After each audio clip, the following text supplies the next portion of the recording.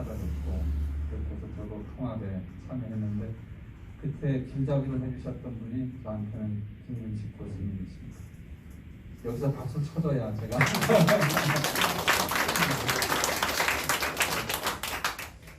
그래서 김문식 교수님은 남북한 통일 문제, 특히 경제협력 문제라든지 간의 대외 정책의 문제, 또 우리나라의 대북 정책 문제에 대해서 합리적이고 또 원칙적인 그런 접근을 쭉 해오면서 저는 우리 당내에서는 남북 문제에 대해서는 좌파가 공인하는 그런 전문 영역을 갖고 계시고 아마 국민의힘 정권이 들어서면 통일부 장관 영순위가 아닐까. 실제로 그럴 겁니다. 네. 그래서 제가 이렇게 오셨길래 식사 대접하면서 통일부 장관 되면 고자관은 제주 사람 써라. 제가 추천하겠다. 그렇게 했는데 확실한 대답을 했는지 안 했는지 잘 모르겠어요.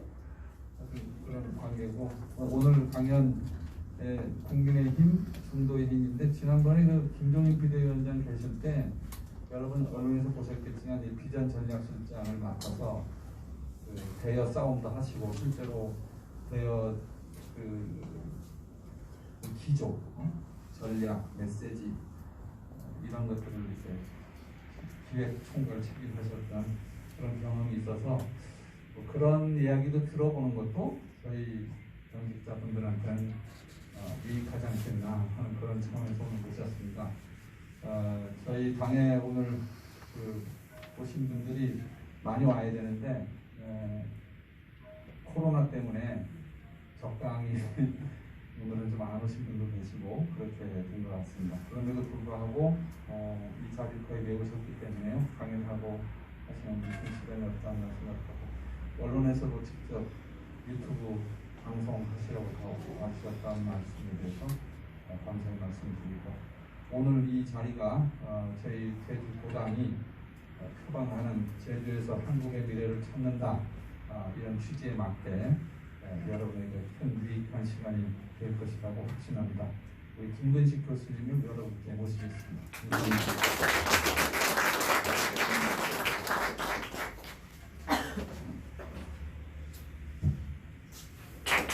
안녕하십니까. 우리 장성철 도당위원장님께서 과분한 또 말씀을 해주시고 아마 어제 저녁을 같이 먹으면서 이제 약간 술이 좀 과했던 것 같습니다. 농담으로 좀 장관 이야기도 하시고 장관 보좌관까지 이야기도 하시고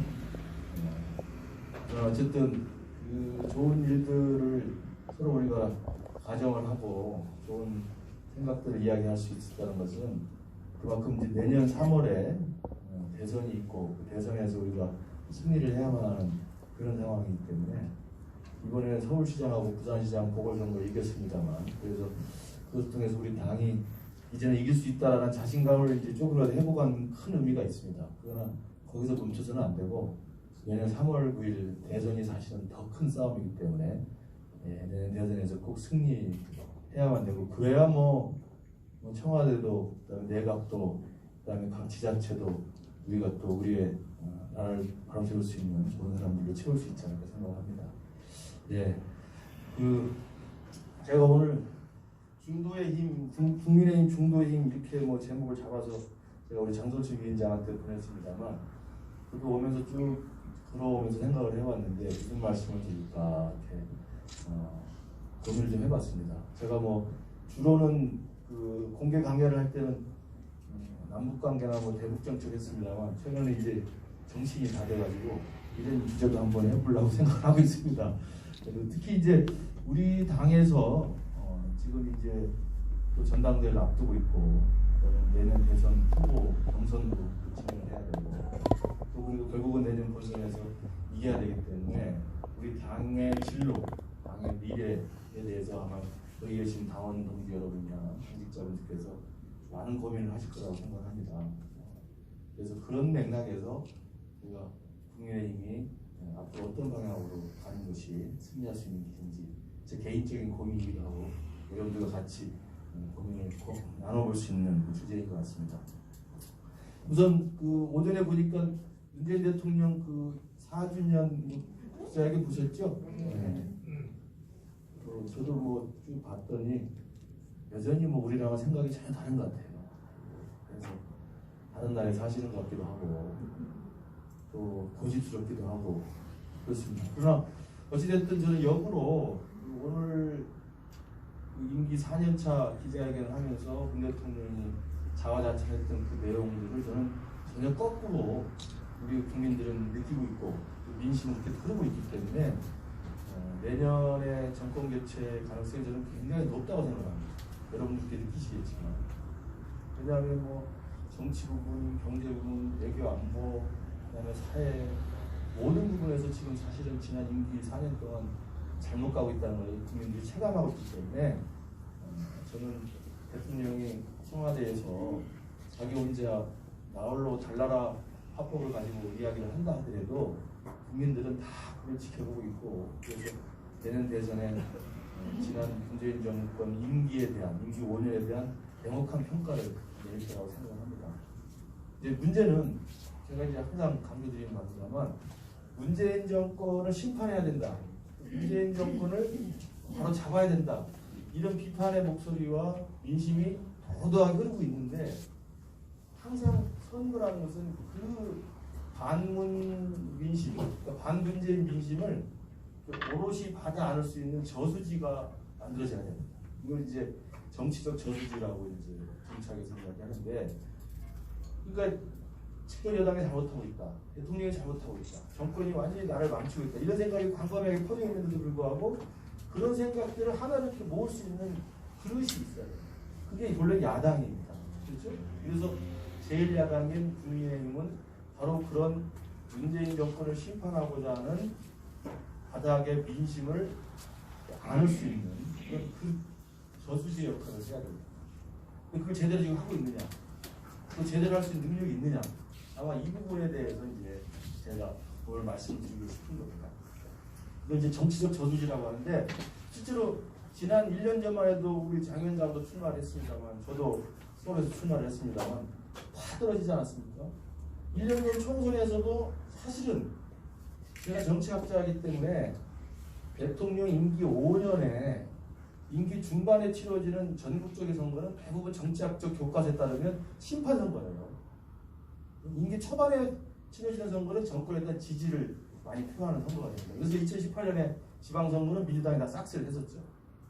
그러나 임기 중반을 넘어선 전국선거는 본질적으로 심판 선거이기 때문에 문재인 정권의 실정에 대해서 심판할 거라고 생각하는 그런 작년의 국회의원 총선거였습니다. 그런데 어떻게 됐습니까? 참패했죠. 여러 가지 이유가 있습니다. 뭐 돈 뿌린 것도 있고 코로나도 있습니다만 본질적으로는 야당이 그런 심판의 민심을 받아 안을 만한 그릇이 못 됐던 거죠. 제가 말씀드린 저수지 역할을 아직은 부족했던 게 국민들의 생각이었어요. 그래서 그 미래통합당을 만들려고 국민의당에 있었던 저나 우리 장도철 위원장이나 또 바른미래당, 그다음에 유승민 의원이 있었던 새로운 보수당, 이현주 의원이 있었던 전진당, 이 모든 정당과 시민단체가 모여서 그래도 또 새롭게 하나 만들어서 미래통합당이라는 것을 만들었습니다만 국민들이 보기에는 여전히 그 미래통합당은 민심을 받아 안기는 부족한 정당으로 인식이 됐고 그래서 표를 안 준 겁니다. 그래서 여러 가지 이유가 있지만 황교안 대표가 그대로 있었던 게 가장 큰 문제라고 생각합니다. 그때 황교안 대표를 이제 저랑 박경준 위원장이랑 그 통합추진회를 만들고 신당 창당 준비를 할 때 내부에서 논의는 제발 황 대표가 사퇴를 하는 게 필요하다 이런 주장을 단식했습니다만 그거 받지 않았습니다. 황 대표가 그대로 대표직을 가지고 있는 미래통합당을 만들기 때문에 수도권 민심이나 전국적인 민심이 저장은 그대로 필요합니다. 이런 생각들을 하게 됐던 거 아주 그래서 이 미래통합당이라는 새로운 그릇을 만들긴 했습니다만 이 새로운 그릇이 국민들에게 보일 때는 그 문재인 정권을 심판하겠다는 모든 그 민심을 오롯이 받을 수 있는 그릇은 못 됐다라는 게 지난 총선의 평가라고 합니다. 그 다음에 이번에 이제 서울시장하고 부산시장 선거를 이겼습니다. 이긴 것도 제가 볼 때는 바로 그 변화가 있는 거죠. 김종인 위원장이 비대위원장을 맡으면서 1년여 동안 중도화 전략을 계속 취했고, 그리고 국민들에게 저 당이 그래도 조금 더 변화하고 있구나 라는 느낌을 갖게 했던 것이 그래도 서울시장, 부산시장에서 우리가 앞서갈 수 있었던 이유라고 생각을 합니다. 여러 가지 있습니다만 5.18 민주묘지 가서 무릎 꿇고 사과하고, 그리고 경제민주화에 대해서 우리가 먼저 선점을 하고, 그리고 전직 대통령 두 분의 지금 감옥 생활에 대해서 공식적으로 사과하고, 이런 것들이 바로 이제 국민의힘이 미래통합당에서 벗어나서 조금 더 중도층에게 어필할 수 있는 그런 정당으로 바뀌었다라는 인식을 준 것 같아요. 그래서 아마 서울시장, 부산시장 이겼다고 생각합니다. 저는 그러면 내년 대선 어떻게 할 거냐. 내년 대선도 저는 마찬가지로 제가 이 중도힘이라고 주제를 잡았던 이유는 간단합니다. 선거는 이겨야 되는 거죠. 근데 선거는 승리해야 되는데 승리의 기분은 때려 죽어도 보수 정당만 찍는 우리 국민들이 계시고, 머리가 터져도 진보 정당만 찍는 국민들이 항상 계세요. 거기 한 되게 좀 다릅니다만 진보 30, 보수 30은 정해져 있습니다. 아니면 보수가 좀 많다고 그러면 진보 30, 보수 40 정도가 있고, 나머지 30에서 40%가 중도라는 층에 이제 포함되어 있는 거예요. 그래서 이 중도에 계신 분들이 그 당시에 진보 정당을 찍으면 진보 정당이 이기는 거고, 중도에 계신 분들이 보수 정당을 찍으면 보수 정당을 이기는 거예요. 그래서 그 대깨문과 이쪽에 우리 태극기 부대분들과 이분들이 고정적으로 지지층을 갖고 있는데, 가운데 광범위하게 포진되어 있는 이 중도 유권자들을 누가 가지고 오냐에 따라서 승패가 갈리는 겁니다. 선거라는 건 한 표만 많이 가져도 이기는 거 아닙니까? 그래서 이게 우리 태극기 부대에 계신 분들은 지금 섭섭할 수도 있어요. 야, 나는 그렇게 내가 매주 쉬지 않고 광화문에 가서 열심히 문재인 정권 다들 외치는데 왜 우리를 무시하냐. 그 말씀도 맞습니다. 제가 그분들의 열정을 충분히 제가 잘 압니다. 너무 열심히 하시는 분들이에요. 그러나 그분들만 가지고는 이기지 못합니다. 현실입니다. 그리고 그분들을 무시하는 게 아니라 그분들을 기본 우리 지지층으로 하면서 중도에 있는 이 유권자들을 가져와야만 이길 수 있다는 엄연한 현실. 그게 바로 중도의 힘입니다. 간단히 말씀드리면 제가 이제 윤석열 총장을 아직 못 만났습니다. 만나면 제가 한번 이야기를 해주려고 하는데, 중도층이라는 게 재밌는 게 5년마다 한 번씩 투표하는 유권자들이 11%가 있습니다. 우리나라 국민들. 이분들은 5년에 한 번씩만 투표해요. 총선거 투표 안 합니다. 국회의원 선거 안 찍어요. 지방선거, 제주도지사 선거 안 합니다. 그런데 5년에 한 번씩 대통령 선거에는 꼭 나와서 찍는 사람들이 있어요. 이분들이 11%입니다. 이 투표율을 계산해요. 이게 지방선거가 제일 투표율이 낮기 때문에 50% 초반대. 그 다음에 총선거가 좀, 국회의원 선거가 좀 높기 때문에 50% 후반대가 60% 초반. 그러나 대선은 꼭 70% 넘습니다. 그죠? 그 뭐예요? 그러면 대선에 70% 넘는다는 투표율이라는 것은 5년 동안 한 번도 안 찍다가 5년 후에 나와서 투표한 사람들이 11%가 있다는 거예요. 그 11%를 가져와야 돼요. 그 사람들은 작년에도 투표 안 했어요. 작년에도 장석철 위원장 나와서 투표 안 했어요. 재작년에도 지방선거할 때 원희룡 지사 나와서 투표 안 한 사람들. 그런데 내년에는 반드시 나와서 투표합니다. 그 사람들이 타겟이 돼야 돼요. 근데 그분들이 대부분 중도선거합니다. 그러니까 무슨 뚜렷한 내가 진보 보수라는 어떤 이념적인 아이덴티티가 있는 것도 아니고, 뚜렷한 정책적인 무슨 고집이 있는 것도 아니고, 뚜렷하게 누굴 막 좋아해서 팬덤을 형성하는 것도 아니고, 그냥 그래 내가 대통령은 내가 찍으러 가야 되는 게 아니냐 그러면서 별로 정치에 관심도 없지만 5년에 한 번씩은 대통령 선거를 자기 손으로 뽑겠다고 같이 찍는 분들이에요. 그분들이 봤을 때 국민의힘이 내년에 정권을 잡아도 될 만한지, 그분들에게 믿음직한 정당으로 보일 수 있을지, 이게 내년 우리 대선에 저는 관건이다. 5년에 한 번 찍는 11%의 중도층. 이 사람들이 보십시오. 문재인을 찍었던 사람이고, 이 사람들이 박근혜를 찍었던 사람들이고, 이 사람들이 노무현을 찍었던 사람들입니다. 그렇잖아요. 여기 계신 분들은 계속 찍는 사람이 정해져 있죠. 그러나 그 11%가 노무현을 찍어서 노무현을 당선시키고, MB를 찍어서 MB를 당선시키고, 박근혜를 찍어서 박근혜를 당선시키고, 문재인을 찍어서 당선시키고, 내년에도 그 사람들이 찍는 그 후보가 대통령이다. 이거 우리가 무시해서 안 돼요. 그래서 중도의 힘은 바로 5년에 한 번, 5년마다 한 번씩 투표하는 실제 유권자를 겨냥한 그들의 마음을 사고 그들의 지지를 얻어내기 위한 노력이 된다는 말씀을 드립니다.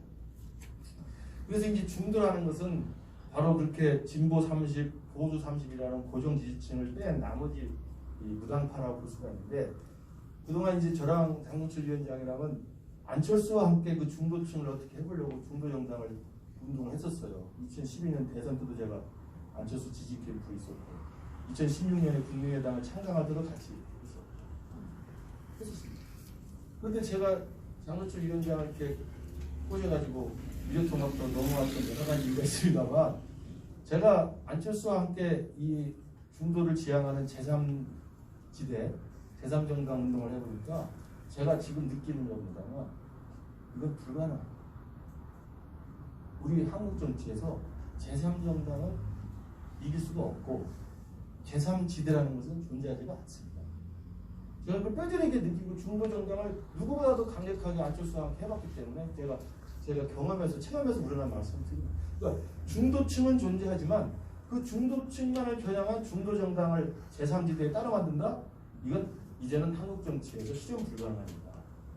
안철수 대표가 좀 제발 제 말을 좀 알아듣길 바래요. 고집 부리지 말고. 그래서 안철수랑 가까운 사이였습니다만 지금 이제 사이가 좀 소원해졌어요. 그분이 이제 제 말을 잘 못 알아들을 것 같아요.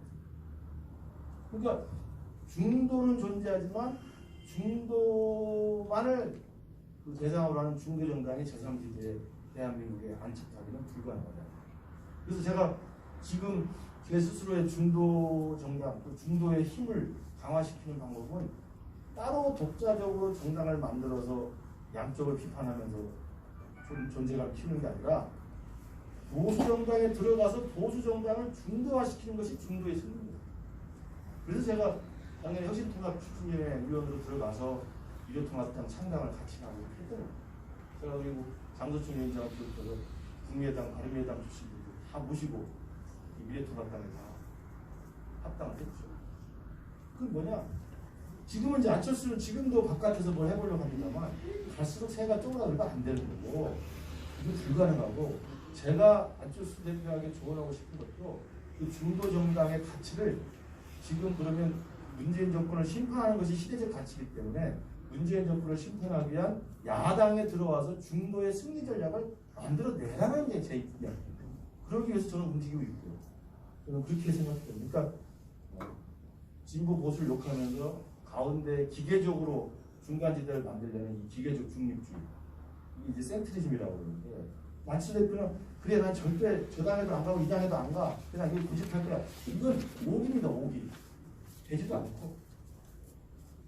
그래서 제발 만약에 문재인 심판이라는 시대의 가치와 국민의 여망에 부응하려면 안철수 대표도 조건 없이 국민의힘에 들어와서 오늘 또 잔머리 불리고 계산기 부리지 말고 조건 없이 들어와서 국민의 힘을 안철수의 힘으로 중도층을 더 겨냥하고 중도층 확장해서 이길 수 있도록 만들어주면 그게 안철수 승리죠.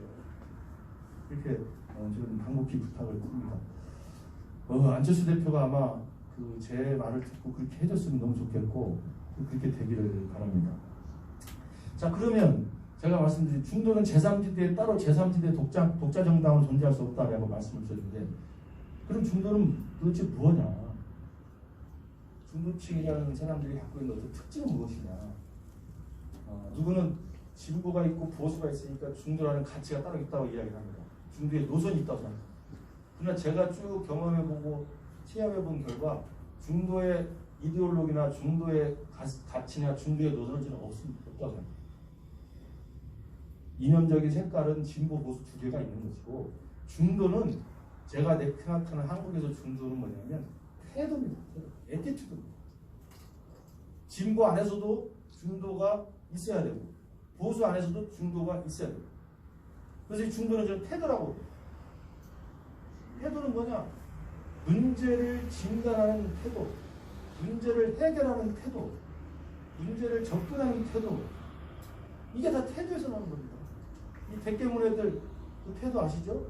그 다음 우리 태극기 할아버지 분들 그 태도, 중도층의 눈살을 찌푸리게 하는 태도들이 있습니다. 그래서 이 중도라고 마더레이션, 이 중도라고 하는 것은 어떤 특정한 가치를 지향하는 게 아니고 문제를 대하는 태도입니다. 아, 나는 어떤 문제가 생겼으니 이 문제를 내가 실용적으로, 현실적으로 다 접근해서 보고 그 문제를 합리적으로 해결할 수 있는 방법을 찾고 이것을 합리적으로 설명해서 국민들한테 동의를 구하고 지지를 이끌어내겠다. 이런 태도와 관점을 가지는 것이 지금 중도라고 생각합니다. 어려운 게 아닙니다, 사실. 무슨 특정하게 무슨 진보는 평등, 뭐 보수는 자유, 진보는 뭐 인권, 보수는 성장, 뭐 이렇게 가치로 나눠지는 게 아니라 중도는 그냥 태도입니다. 성장을 중요시할 수도 있고 분배를 중요시할 수도 있습니다. 자유를 강조할 수도 있고 평등을 부르질 수도 있습니다. 왜? 중도는 태도니까. 그러나 다만 조국이나 윤양이나 추미애처럼 뭐 평등이나 검찰개혁을 부르지도 그렇게 싸가지 없이 하는 건 중도는 거부한다. 그래서 저는 중도는 문제를 해결하고 문제를 진단하고 문제에 접근하는 가장 올바른 태도, 그게 지금 중도다. 그래서 제가 사실은 2017년 선거 대선 끝나고 제가 이제 저한테 누구 한 분이 서울대 정치학과 교수 한 분이 연락이 왔어요. 제 선배인데 김 교수 네가 패배했지만 어쨌든 중도에 대해서 좀 더 공부를 해보라고 하면서 책을 보내줬어요.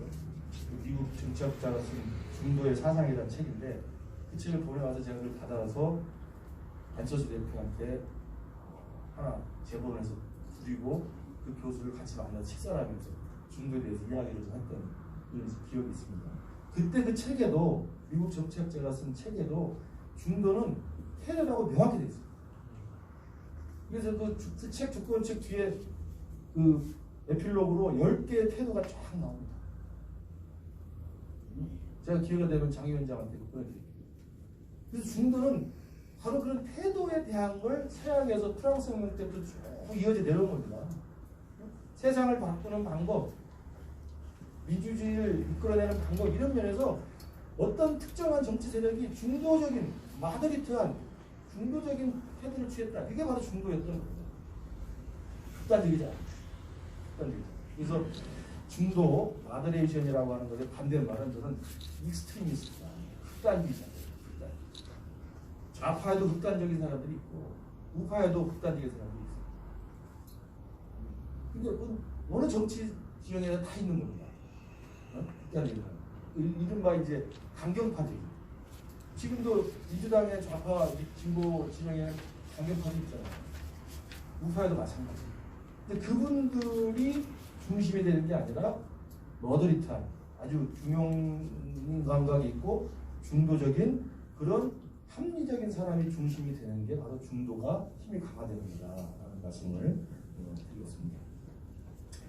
근데 이제 문제는 우리나라 정치는 이 진보 진영은 백개문이라는 극단주의자들이 과잉 대표되어 있고 우리 보수 진영은 그 태극기 부대라고 하는 극단주의자들이 또 과잉 대표되어 있는 것이 지금 현실입니다. 그래서 이게 서로 경쟁 갈등이 심하고 서로 상대방을 적대시하면서 지금 대한민국이 완전히 분열되고 있다고 생각하는데 이 과잉 대표라고 하는 현상이 저는 우리나라 정치에서 굉장히 좀 심각한 문제라고 하는데 그러니까 백개문이라고 하는 현실적인 소수가 있어요. 태극기 부대라고 하는 현실적인 소수가 계셔요. 근데 이분들은 각 진영에서 소수에 불과합니다. 수적으로. 그죠? 근데 이분들의 목소리가 굉장히 커가지고 목소리에 비해서 숫자에 비해서 그들의 정치적 발언이 과잉 대표돼요. 과대 대표돼요. 백개문이 소수인데도 불구하고 진보 진영 전체의 목소리로 인식이 되죠. 우리 태극기 부대 지금은 이제 우리 국민의힘이 많이 이제 합리적으로 중도가 됐기 때문에 그분들의 목소리가 많이 잦아들었습니다만 불과 작년까지만 해도 태극기 부대의 목소리가 숫자에 비해서 과잉 대표돼요. 그러니까 중도 진영에서는 봐 저거 미래통합당 저 태극기야. 제가 아까 황교안 대표 이야기 드렸던 게 그냥 청와대 앞에서 단식하면서 정광훈 목사랑 대응했던 그 장면만 남아있는 겁니다. 국민들한테는. 그럼 중도층한테는 절대 그 당에 대해서는 합리적으로 치울 수가 없는 거죠. 그럼 그래서 진보와 보수의 양쪽의 극단주의자들, 익스트리미스트들이 과잉 대표되는 현상을 빨리 나가야 돼요. 그럼 우리 국민의힘이라도 이 제1야당인 국민의힘에서라도 이제는 중도층과 중도층에 어필할 수 있는 합리적인 세력들, 그분들이 당의 중심이 된다. 저는 그렇게 생각합니다. 그래서 이번에 당 지도부가 새로 꾸려지겠습니다만 이분들의 라인업이 딱 형성이 됐을 때 국민들이 봤을 때 국민의힘이 중도의 힘이 강화되었구나. 또 국민의힘이 중도화되었구나. 국민의힘이 태도를 올바르게 잡고 있구나. 이런 생각이 들게 하면 내년 대선에 승리할 수 있습니다. 그렇지 않고 또 과거지향적으로 가고 또 뒷패를 드러내고 또 극단주의자들 휘둘리고 이러면 사실 또 당의 미래가 없다 이런 말씀을 드리겠습니다. 그리고 이제 중도에 대해서는 그 정도 제 경험 그다음에 지금 한국 정치에서의 어떤 지금 상황 현실을 설명을 드렸고 그렇기 때문에 국민의힘이 진정한 우리 대한민국 국민에게 힘이 되기 위해서는 중도의 힘이 강화되는 방향으로 인물들, 그다음에 세력들, 그다음에 노선들과 태도를 바꾸는 것이 제일 중요하다는 말씀을 드리고 마지막으로 이제 사실 근데 제가 말씀드린 것처럼 진보와 보수만 이념적인 정체성이 일단 있는 거고 중도는 태도에 불과하기 때문에 그럼 우리 국민의힘에서 김근식이나 장성철 위원장이 중도를 강화하려고 했을 때 그 보수는 어떻게 돼야 되겠냐 보수 말씀을 조금 드리고 드리겠습니다. 원래 진보 보수 그러면 서양에서 프랑스 혁명 이후에 이른바 민주주의가 이제 발흥하면서 조금 더 진보적인 쪽을 이제 좌파라고 그러죠. 좌익이라고 그러죠. 그 다음에 조금 더 이제 개혁적이긴 하지만 좀 천천히 가자는 쪽이 이제 우파, 이렇게 이제 보수라고 이야기했었습니다. 그래서 사실은 정치에서 이념적 이데올로기를 치면 진보 보수라는 개념보다는 좌파, 우파가 훨씬 더 맞는 말입니다. 레프트윙, 라이트윙이 맞는데 우리나라에서 그게 잘 안 쓸 수밖에 없는 게 우리는 해방돼가지고 딱 분단이 됐잖아요. 분단이 되면서 북쪽에 사회주의, 남쪽에 자유민주주의 이렇게 들어오니까 우리 국민들에게 좌파, 우파는 뭐냐면 좌파는 그냥 빨갱이 북한, 우파는 우리 대한민국이 되거든요. 그래서 사실은 좌파, 우파 설명이 굉장히 애매해진 거예요. 원래 프랑스 혁명 이후에 서양에서의 좌파, 우파는 명확하게 민주주의 발전 과정에서 조금 더 강력하고 혁신적인 변화를 추구하는 게 좌파였고 조금 더 전통과 가치를 계승하면서 천천히 하자는 개혁적인 사람이 우파였던 건데 우리 한국에서는 그런 게 안 돼버린 거예요. 그러니까 대한민국과 조선민주주의인민공화국의 이 냉전 대립 속에서 우리 대한민국 국민이 우파 그러면 반공, 그죠? 반공이 된 거예요. 그거 당연한 거라고 생각합니다. 역사가 그렇게 진행되어 왔습니다. 그리고 독재, 이게 우파의 대명사가 되어버린 거예요. 정말 안타까운 거예요. 그래서 대한민국 보수는 어느 순간에 49년 해방되고 쭉쭉쭉 흘러오고 6.25 겪고 경제발전하고 독재를 겪으면서 반공과 독재가 바로 그냥 우리 대한민국 우파, 대한민국 보수 이렇게 등식하는 거예요. 근데 그걸 저는 이제 안타까운 일이지만 엄연한 우리의 역사적 현실이기 때문에 받아들인다고 생각합니다. 그래서 마치 대한민국 우파 그러면 반공과 독재와 등치되어 있는 이 현실을 이제는 이 중도화 전략을 통해서 깨야 된다. 그래서 대한민국에서 이제는 보수가 반공만이 아니라 독재만이 아니라 본래 서양 정치에서 나왔던 보수의 힘. 그건 뭡니까? 보수의 가장 큰 힘은 실력입니다. 실력. 이거 서양에서도 마찬가지예요. 진보적인 주장을 하는 그 좌파들은 실력보다는 구호, 주장 이런 거예요. 그러나 우파들은 구호나 주장이 뭐 화려하고 요란스럽진 않지만 실력을 가지고 있는 사람들이 우파입니다. 우리 대한민국 우파도 이제는 반공, 독재 이런 등식에서 벗어나서 실력으로 이 보수의 정체성을 살려야 됩니다. 근데 이것도 우리가 맞는 게 대한민국을 지금까지 발전시키고 건설해온 우리 공화당, 그 다음에 민자당 이런 흐름들을 보면 사실은 우리가 실력이 있는 집단이 맞아요. 박정희 대통령이 독재자로서 장기 집권한 건 맞지만 박정희 대통령 아니면 경제발전과 근대는 어떻게 되겠어요? 그래 대한민국을 이만큼 살기 위한 경제발전과 근대화는 우파가 한 거예요. 그렇죠? 보수가 한 거예요. 그러니까 보수의 힘은 실력이에요. 그때 민자당 만들면서 김영삼 대통령까지 합당을 해서 거기서 사실은 민주화의 기틀을 만들지 않았습니까? 어떻게 보면 이게 지금 우리나라 진보 진영이 민주화나 뭐 인권이나 뭐 이걸 지금 장악해서 선정하고 있지만 대한민국 역사를 보면 경제 발전과 민주주의 모두 사실은 우리 당의 전통에서 나오는 겁니다. 일부 왜곡된 독재 역사가 있었지만, 그래서 지금 우리 중앙당에 가보면 그 본청에 그 회의실에 걸려 있는 건 박정희 대통령하고 김영삼 대통령 두 분만 걸려 있어요, 사진이. 아버지는 거기가 민망한 거지. 근데 저는 그 자랑스러운 저는 전투가 생각해. 박정희 대통령이 만들어낸 이 경제 발전이라는 것은 대한민국 보수가 얼마나 능력 있는가를 보여준 상징이고, 김영삼 대통령이 만들었던 국민정부의 이 하나의 척결이라든지 금융실명제라든지 민주화의 틀을 기틀을 닦았던 분들은 자랑스러운 우리 우파들의 능력이라고 합니다. 그래서 지금 국민의힘이 내년 대선에서 이기고 중도의 힘을 강화해서 국민들한테 다가가기 위해서는 바로 이 대한민국을 만들고 발전시켰던 우리 보수의 능력, 유능한 실력, 이걸 다시 우리의 캐치프레이즈로 또 우리의 이미지로 만들어야 됩니다. 그러면서 제주도당은 아주 실력 있는 도당이라고 생각합니다. 사무총장님이 또 훌륭하시고, 아까 말씀대로 진짜 이전 아카데미 하는 건 지금 제주도당밖에 없습니다. 그래서 우리 대한민국 보수가 분단과 전쟁 때문에 관봉과 독재라고 하는 오명 속에서 이미지가 되어 있지만, 이제는 다시 역사를 우리가 돌이켜보면서 실력과 유능함이라는 우리 보수의 상징, 보수의 자랑스러운 자부심을 우리 당이 가졌으면 좋겠다. 이게 좀 사실은 우리 역사를 돌이켜보는 중요한 저는 그 균형 잡힌 시선인 것 같습니다. 두 번째, 보수의 힘은 뭐냐? 우리 대한민국 보수가 좀 다시 좀 부활해야 된다고 보는데, 그렇게 해서 유능함과 신경을 가졌던 보수였는데, 이게 반공과 독재로 이미지 메이킹이 되면서 계속 실패에다가 지난 박근혜 대통령 때 괴멸이 됐지 않습니까? 그래서 사상 초유의 탄핵 사태가 났고, 청와대에서 끌어져 내려와서 감옥에 들어갔어요. 보수가 괴멸됩니다. 여기서 보수는 어떻게 다시 찾아야 돼요? 그래서 이게 박근혜 대통령 탄핵으로 상징되는 대한민국 보수의 괴멸은 저는 오히려 역사적으로 도움을 찾자면 바로 그때 잘못되어 왔던 반공과 독재의 보수가 이제 역사 속으로 사라졌다고 생각합니다. 우리 잘된 일이에요.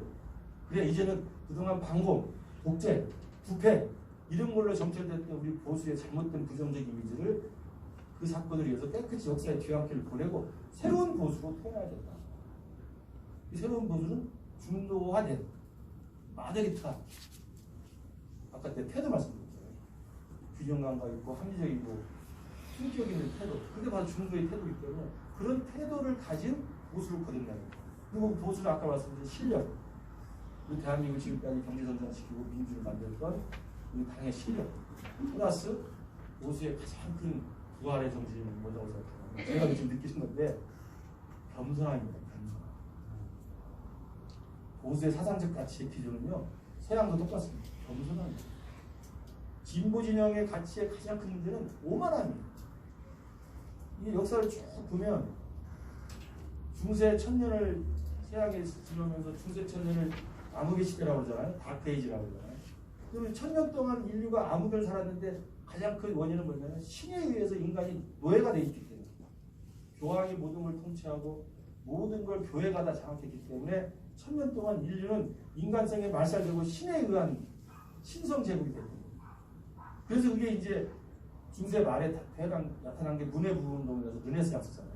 그 르네상스가 나오면서 뭐 르네상스 인간이 다시 주인이 된 거야. 그러니까 신이 아니라 이제 인간이 주인이다. 인간이 이성을 또 강조하고 인간이 자기의 문해 부흥 운동을 통해서 휴머니티, 인간성을 계속 강조하는 운동이 생긴 거예요. 그리고 그게 이제 과학혁명과 산업혁명이 나오면서 인간의 기술이 늘어나면서 인간이 세상 발전을 주도하게 됩니다. 그게 좋아요. 근데 인간의 이성이 강조되면서 18세기, 19세기 들어오면서 마르크스라고 하는 사회주의가 나오면서 인간의 이성에 대한 지나친 오만함이 생기는 거예요. 아 이제 신도 필요 없고 내가 보니까 역사는 이렇게 발전되게 돼 있고 역사 발전이 이 길로 가게 돼 있다. 나를 따라라. 무서운 인간의 오만함이 가장 진보적인 좌파 운동으로 일어나요. 여러분 사회주의 공산주의 가장 오만함은 뭔지 아세요? 인간을 개조하겠다는 생각. 세상을 내멋대로 역사 발전대로 뜯어 맞추겠다는 생각. 그래서 모택동이 1000만을 죽였고 스탈린 1000만을 죽입니다. 김일성이가 수백만을 죽입니다. 캄보디아에서 폴포트가 수십만 원 죽여요. 왜? 인간이 오만하기 때문에. 이게 진보에서는 가장 큰 맥점이에요. 조국을 보십시오. 얼마나 오만합니까? 추미애를 보십시오. 근데 대개 서양도 마찬가지고 정치 사적으로 진보는 오만하게 되어 있습니다. 왜? 세상은 지가 다 정리하니까. 저도 20대 때 그렇게 생각했어요. 책 몇 권 읽고 보면 다 정리됐네. 여기서는 내 뜻대로 되는 거야. 개 같은 소리 하지 마. 나를 따라 하는 거야. 신을 부인하는 거야. 신을 부인. 왜? 신이 필요 없지. 그러나 보수, 세상을 지금까지 이끌어오고 그러면서 수천 년 동안 끈끈이 이어준 보수의 정신은 뭐냐면요. 겸손함입니다. 아, 세상은 내 뜻대로 되지 않는다. 그렇죠? 여러분 세상이 여러분 뜻대로 되니까? 세상은 내 뜻대로 되지 않는다. 그래서 세상은 기존의 것을 계승하고 보존하면서 조금씩 바꿔가는 것이 가장 합리적이라는 것을 역사적으로 깨달은 게 바로 컨서버티즘이에요. 보수예요. 보수. 이 보수는 자랑스러운 거예요. 저는 요즘 많이 느끼고 있어요. 저도 아무리 죄를 안 지으려고 하지만 죄를 짓게 되잖아요. 조국 이놈은 지가 죄 짓는 걸 느끼지도 못하나 봐. 죄의식이 없고 죄책감이 있는 거야. 모든 사람은 다 죄를 짓게 돼 있기 때문에 죄책감이 있고 죄의식이 있으면 그렇게 떠버리지 못해요. 스스로 돌이켜보는 거지. 스스로 돌이켜보고 조심스러운 거예요. 말 한마디를 하더라도 조심스럽게 하고 주장을 하더라도 가능한 이야기를 하는 거지. 지금 보수의 핵심은 겸손함이에요. 겸손함의 기본은 뭐냐면 세상은 인간의 의지대로만 되지 않는다는 것을 역사 속에서 깨달은 그게 인간의 전 지혜라고 생각해요. 위지덕이 위지덕. 이렇게 수천 년을 지나면서 우리가 느낀 거지. 아, 그 어떤 놈들이 깃발을 들고 어떤 놈이 책 하나 써가지고 책을 흔들면서 나를 따르라 세상을 내가 바꾸겠다 한 놈들이 성공한 게 있습니다. 우리 그걸로 인간을 탄압하고 인간을 사륙하고 인간을 죽였죠. 진보의 깃발이 그 이성만 절대 이성만을 믿으면서 오만 방자했던 것이 수많은 사람들을 사지로 몰아서 그 사회주의가 역사적으로 종언을 구했잖아요. 근데 대한민국만 진보가 남아있는 거죠. 그런 오만한 진보가. 지금 보수의 두 번째 종목, 우리 한국 보수가 다시 부활하면서 반공과 독재라고 하는 과거의 잘못된 보수를 이제 마무리하고 새로운 보수로 우리 국민의힘이 거듭나기 위해서는 실력, 이 두 번째는 겸허함. 겸허함이라는 것이 세상을 바꾸는 가장 올바른 길이다. 죄를 짓을 수밖에 없습니다. 그 다음에 우리가 실수할 수밖에 없어요. 대통령도 어떤 정부도 임기 5년 동안 내가 항상 실수할 수 있다, 잘못할 수 있다라는 그 겸함을 가지면 저렇게 안 합니다. 그렇잖아요. 정책이 잘못되면 잘못했다고 이야기를 하지. 아, 내가 잘못했습니다. 근데 이 문재인 정권의 제일 큰 열받게 하는 거예요. 잘못했다는 말을 한 번도 안 하잖아요. 오만한 규칙을.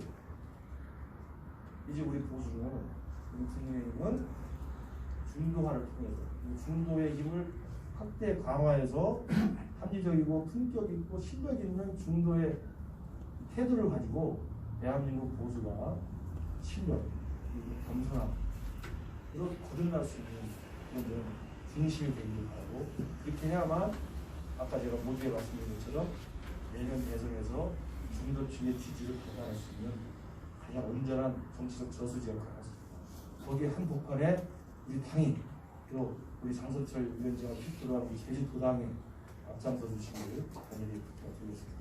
감사합니다.